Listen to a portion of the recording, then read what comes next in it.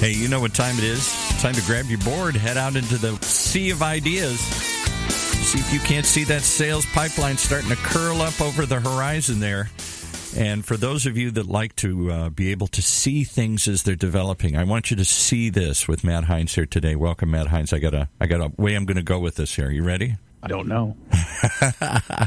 So I want to see if they can make the connection, if they can see ahead to where we're going and make a connection between Tina Fey, the Ohio State University, and B2B marketing. What do those three things have in common, Matt Hines? Well, we're going to find out here in a second. I'm very excited for our guests today. This is long overdue to have our guests today joining us on Sales Pipeline Radio, but I want to thank everyone for joining us. We are going to talk about B2B marketing. We might talk a little bit about B2B, about Tina Fey, and I don't think we can avoid talking about the Ohio State University at this point. That's going to be a tough one because I went to the University of Michigan, so I maybe have to check out during that part. Oh, my gosh. I forgot. This is terrible. So, this is live. For those of you listening to this show on a podcast feed, you may be listening to this after a couple of days. You may be listening to this after the Super Bowl. We'll get into that here in a minute as well. But for those of you listening to this episode live on the Funnel Media Radio Network, things could get ugly. We got a little Ohio State. We got a little that team up north. We'll get into it. Every week on Sales Pipeline Radio, we're featuring some of the best and brightest minds in sales and marketing, specifically around B2B today. I'm very excited to have with us Vice President of Marketing at Clubessential Holdings, Marilyn Cox. Marilyn, how you doing? I'm good. How are you, Matt? Were you better before you recognized and I was reminded that our producer is fighting for the wrong team here? Well, when you win enough, you learn it doesn't bother you as much. That is a fair point. How many decades has it been since Michigan won the game? I think we're getting some interference here again. I think the feed is getting cut off here. Yeah, maybe next year will be your as a Husky, as a Washington Husky, like we have the same thing where people say, like, I can't remember. Were automobiles, was the internal combustion engine, was it invented the last time the Cougars won an Apple Cup? Yeah. I don't know. It's been a while, but that's all right. This could be your year. So Paul just put us both on mute for the next 25 minutes. It's fantastic. Well, Marilyn, I'm really excited. Thank you for joining us, and I appreciate that very much. I've been excited to get you on for a while. We've known each other for a long time. You've been in B2B marketing for a long time and have taken a very unique and interesting path. Talk a little bit about sort of your B2B marketing career and some of the highlights and steps that you've taken along the way. Sure. I mean, I would start by classifying myself as an accidental marketer. It's not something that I studied or set out to do. I happened to stumble into it when working for a tech company many years ago. I was doing project management and was embedded in a marketing department, and the first project that I happened to work on was implementing this new tech called marketing automation. Sad that was considered so new back then, but it was, and it was fascinating, and I quickly realized that marketing as a field was more than the art as I had known it. It was really developing more into a science and had an operational aspect to it. Yeah, I mean, I was just kind of fortunate enough to be surrounded by some really brilliant minds early on in my marketing career, and that's kind of how I learned it, I think, as I went. And I think one of the things I found that I enjoyed the most was kind of acting as like a Rosetta Stone for different industries, figuring out how you can take the best practices of marketing and apply them in different industries, in different organizational structures.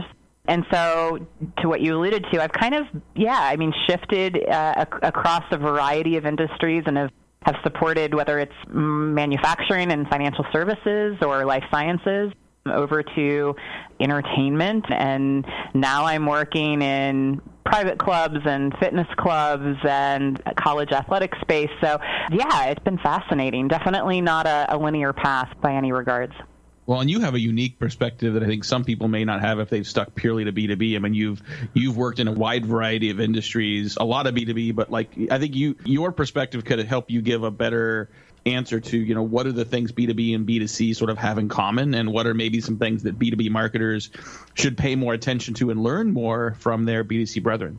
Yeah, absolutely. I mean, it's been fun in that when I was with the Second City, I got to marry B2C marketing with B2B, and now a lot of what I'm doing is working with companies that are consumer-centric, member-centric, and so it's being able to sort of weave in some of those same best practices. And In a lot of ways, it allows you to have a little bit more fun and be more creative. I think that when B2B marketers are marketing to other businesses, you kind of have this reflex to sort of fall into a very fundamental formulaic way of marketing. I mean, we have our journeys. We know what our buyers' journeys are, and as much as everyone agrees that, they're not necessarily one step at a time, I mean, we still a lot of times build them that way. And we kind of feel like we are limited to, okay, here's a white paper, here's a webinar that I'm going to do. We are getting more creative, I think, with things like podcasts. In the world of consumer marketing, you sort of have the permission to have a little bit more fun. And so it is interesting to kind of take a step back and figure out how can you take those fun practices that even as consumers that we see and we experience and figure out how to kind of thread them into our day-to-day B2B efforts. Well, let's go down that path a little bit longer. Talking today on Sales Pipeline Radio with Marilyn Cox. She's currently Vice President of Marketing at Clubessential Holdings, but for several years you were working with the Second City as well. And I think a lot of people think of the Second City and you think of improv comedy, you think of Chris Farley and Steve Carell and Tina Fey and Steve Colbert, some amazing comics and actors that have come out of that. But I think what most people don't know is that there is a B2B angle, a leadership coaching angle to the Second City as well. Talk a little bit about what that is and what are some of the marketing lessons that sales and marketing leaders can take out of that as well. It was something that I was fascinated by when I first started working with them. So they've had for a really long time a pretty substantial training center. So they have training centers in Chicago, Toronto, and Los Angeles. And 10,000 plus people go through classes every year through the Second City. And the majority of them are not people that aspire to be on Saturday Night Live. The majority of them are people like you and I who are looking at developing or improving their social skills, their communication skills, their listening skills. That's a big one. Team building, leadership, improvisation. It really helps you develop and build all of that. Comedy is a great output of improv, but so are so many of these skills that you need. And one of the things that the Second City recognized is that when you can take those practices even outside of a classroom and bring them into the environment where so many of us spend the majority of our lives, which is the workplace, you can really start to establish some fantastic dynamics within the workplace. And so they go into businesses and do anything from these leadership and team building exercises to here's how to create content in real time. Because what they do on the stage is they are in real time creating content. They are getting feedback from the audience. They are getting reactions from the audience. They're getting suggestions from the audience, and they're building content around that. You can take those same practices in how you develop your marketing. So I would say that a lot of what marketers learn from these experiences, and certainly stuff in my day-to-day now, really try to grab a hold of are some of those fundamental lessons you learn, like the idea of yes and. That's one of the most fundamental things that you learn in improv, and it's the idea of recognizing and then building on the idea of others. How to have dialogues versus monologues, the ability to really listen in entirety to what somebody is saying and recognizing and acknowledging what that individual has had to say. Learning how to iterate content, I think, is certainly a big one. So, I mean, all of those things are exercises and stuff that not just marketers, but anyone can practice. You mentioned the yes and that's one piece that has really stuck out for me. I've had the pleasure of seeing a couple of the Second City, leadership coaches speak at conferences. And it's interesting, whenever I want to write the word but now, I try to take it out. And I find that 9 times out of 10, it's really easy to find a different way of saying, speaking, or writing something that isn't but is an and, right? And even if you don't agree with it, it demonstrates that you're listening, and it demonstrates that you're willing to have a collaborative, constructive conversation, which, I don't care if you're marketing, I don't care if you're talking to your spouse, I don't care if you're trying to close a deal, feels like a better way of doing business. Oh, absolutely. I mean, I know I'll get even email communications or Slack messages where if I can't respond with yes, then I know that I need to kind of step back for a little bit and think through it. Because a lot of times that is kind of just our knee-jerk reaction, especially when you're overwhelmed and you have a lot on your plate and you are getting request after request after request. You do kind of get to a point where it's so much easier to just, you think, to say no, I don't have time. That's going to take too much. It's too much effort. And it's amazing if you do just kind of step back and let something simmer for a little bit. you can usually find that yes and response. And it's so much more fun to say yes than it is to say no. So I know personally that's always kind of my objective in my communication process. Yes. And we have to take a quick commercial break. We got to take a quick break, pay some bills. We'll be right back more with Marilyn Cox. We're going to talk more about conversational marketing. We might talk a little WWE, maybe a little Ohio State athletics. Who knows? We'll be back. Sales Pipeline Radio. How do my peers make buying decisions? It's a question on the mind of nearly every B2B marketing leader, yet also one without the clearest of answers. What's their involvement like throughout the purchasing process? What drives their ability to make better decisions? And where do you stand compared to them? Read the new research report from Path Factory and Heinz Marketing to get inside the head of a marketing leader in the buyer's journey and find out. Visit HeinzMarketing.com's resource section. That's HEINZ marketing.com and the resource tab for your free copy today. Yes, and we're back with Matt and his guest. You just keep doing this forever. It works really well. Yes. And excited to have everyone back here on Sales Pipeline Radio. Did you know, actually, Paul, that our guest today is also a radio host, that she was the co-host of Expert Access Radio? I could tell. In her career. I didn't know that. Marilyn, talk a little about your radio experience. I mean, it's on your resume, so it must be something you're proud of. Talk a little about what that was like. Right? Just like my Excel spreadsheet skills. No, yeah, I mean, I did, like, years ago, props to a team that I worked with at a company called Syncom Systems.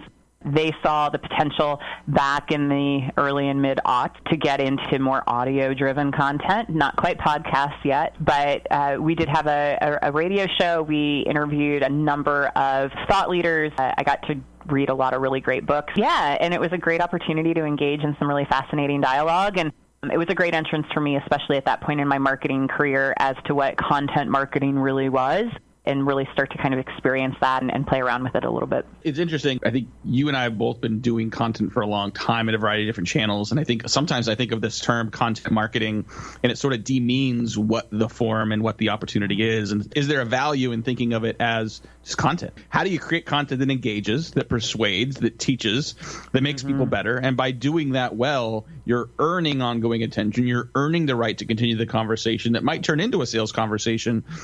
But is it wrong, or is it counterproductive to call it content marketing, or should we just create good content? I mean, we could have a fabulous philosophical conversation about it. Yeah, I mean, I guess in some regards, content marketing is almost like the verb, it's like the action of taking the content. And I think even how people define what content is these days is kind of interesting, because it isn't just like, yes, somebody's written a book, or there's a really great white paper out there, or there's a podcast. I think anytime that you're creating an experience, that starts to become that content, because the residual of the experience becomes things like those online reviews that you see, or those social media posts in response to it. So, yeah, I mean, the definition, of course, is wide open, and I think something that continues to be pretty fluid in how people use it. So one thing maybe not everyone knows about you, but those of you know very well, is you're a big fan of professional wrestling. That would be correct. When I was a kid, I used to watch a lot of wrestling. I haven't watched a lot recently until my 8-year-old son now is quite enamored with it. And I didn't know this, but my 6-year-old has become a fan of a song called The Game by Motorhead. And I did not realize that The Game is actually the intro song for a wrestler. Yeah, for Triple H. Yeah. And I found some amazing. And so then you go down a rabbit hole on YouTube, right? And like literally last weekend, all three of my kids, including my 10-year-old daughter, like we found one that was like, it was a compilation of some of the greatest entrances in wrestling. And it's fascinating. And what's amazing to me is like, look, there's clearly athletic ability amongst these wrestlers, but the storytelling in wrestling, like the storytelling about the characters, about the stories between characters and between the good guys and the heels, they're masters at it. Talk to me a little bit about interest in WD overall, but like what makes them such good storytellers? It's a challenge, and we could have a whole podcast series on this. I'm sure there are actually several out there. It's one of the things that the WWE is actually really challenged with right now, and why one of their up-and-coming competitors called AEW is outperforming them, because the WWE is struggling right now with creating a narrative that people are interested in following. And the AEW is doing a better job of that. I mean, in so many ways. I mean, in the simplest form, I mean, it's good guys versus bad guys. So it's really, really easy to follow. They do a really good job, of course, of pulling from current events and figuring out how to tie that in there. I mean, I think all of that is something that really gets people kind of engaged and involved. They do a really good job of getting people to reminisce. I mean, those guys that you watched growing up, a lot of them still come back and every now and then appear. So it's fun to see, like, which of your favorites are going to come back. But the process in which they create it, and when you look historically at when the WWE has done well or when they've been outperformed, it always goes back to the bookers. And for those that aren't up on the wrestling jargon, I mean, the bookers are really the people that are defining what the matches are going to be and what the outcomes are going to be and building kind of the story that centers on that. The really good bookers are the ones that have driven the success within the different, whether it's the WWE or AEW or WCW. They play an instrumental role in that. And, I mean, you can tell right now they're struggling with it. And for those that follow it, they've turned over talent behind the scenes, some of their bookers behind the scenes, because they've brought them in with an expectation that they're going to change things very rapidly. And I think because my chances of ever actually working at this company are probably nil, I feel comfortable saying I think a lot of it is because they're struggling with micromanagement around content, and this is a great way to loop back to marketing. Vince McMahon, it appears, has a very, very difficult time allowing talented people to do what they're best at. And so that seems to be part of the issue, is that he doesn't like the direction it's going. He'll make last-minute changes, and that causes problems, and then people leave or they're let go, and they're struggling. They really are. Financially, I'm sure they're fine, but as far as viewership and followers, it's something that's really been a burden for them over the last 18 months.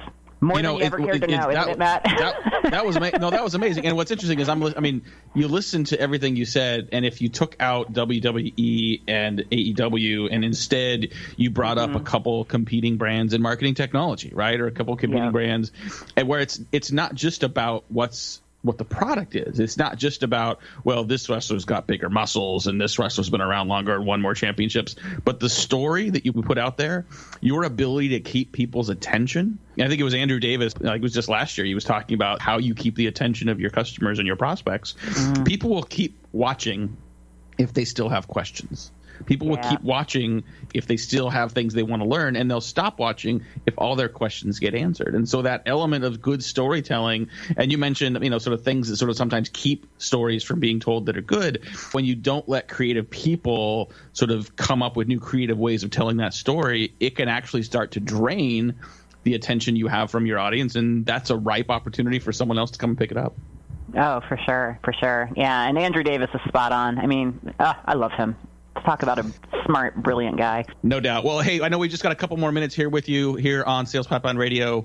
Last questions we're starting to ask more people. We've in the past asked people for their mentors and some of their inspirations over the years. You're a repeat guest now on Sales Pipeline Radio, so I'll ask you the new question, which we've titled "The Longer I Live and the bigger, more mistakes I make." And given your career, the different places you worked in marketing, if you're sitting in front of a group of soon-to-graduate college students, what's some advice you'd give them that they might not hear from others that you think is important for their careers moving forward? Oh, my gosh. Well, if we're going to talk about mistakes, I wouldn't even know where to start with today. I think one of the biggest is, sadly, I don't think I have maybe a unique perspective. I think I would agree when a lot of people say that you have to recognize that you don't have all the answers and you can't stop learning. For me, that's huge. If I were talking to people that were getting ready to graduate and were going into marketing and they were earlier in their careers, I think the one piece of advice I would give them to build on that concept is start to learn outside of marketing. So not to discourage people from reading good marketing content and best practice content. I absolutely do.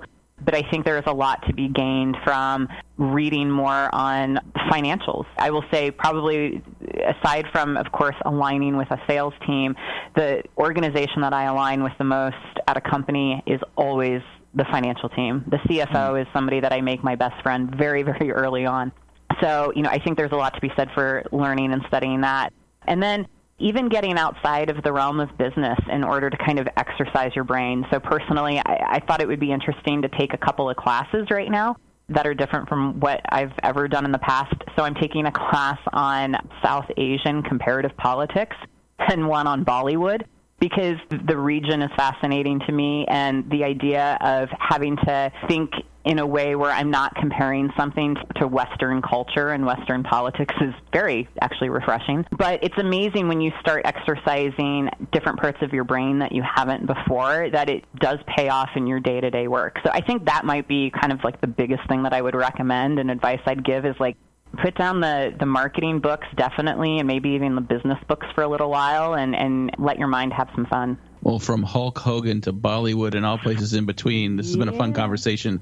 But unfortunately, we are out of time. I want to thank our guest again today, Marilyn Cox. Thanks for joining us again, covering a lot of different areas of marketing and storytelling, and a lot of fun. If you like this episode, want to share this with some of your colleagues and friends, you'll find it up on salespipelineradio.com here in a couple days, and we'll have an edited highlight transcript of this conversation up on heinzmarketing.com in about a week or so as well. We'll be here every week, next week, every week, 11:30 Pacific, 2:30 Eastern. On behalf of my great producer, Paul, this is Matt Heinz. Thanks for joining us on another episode of Sales Pipeline Radio. And with that, we wrap up another episode of Sales Pipeline Radio right here on the Funnel Radio channel for at-work listeners like you.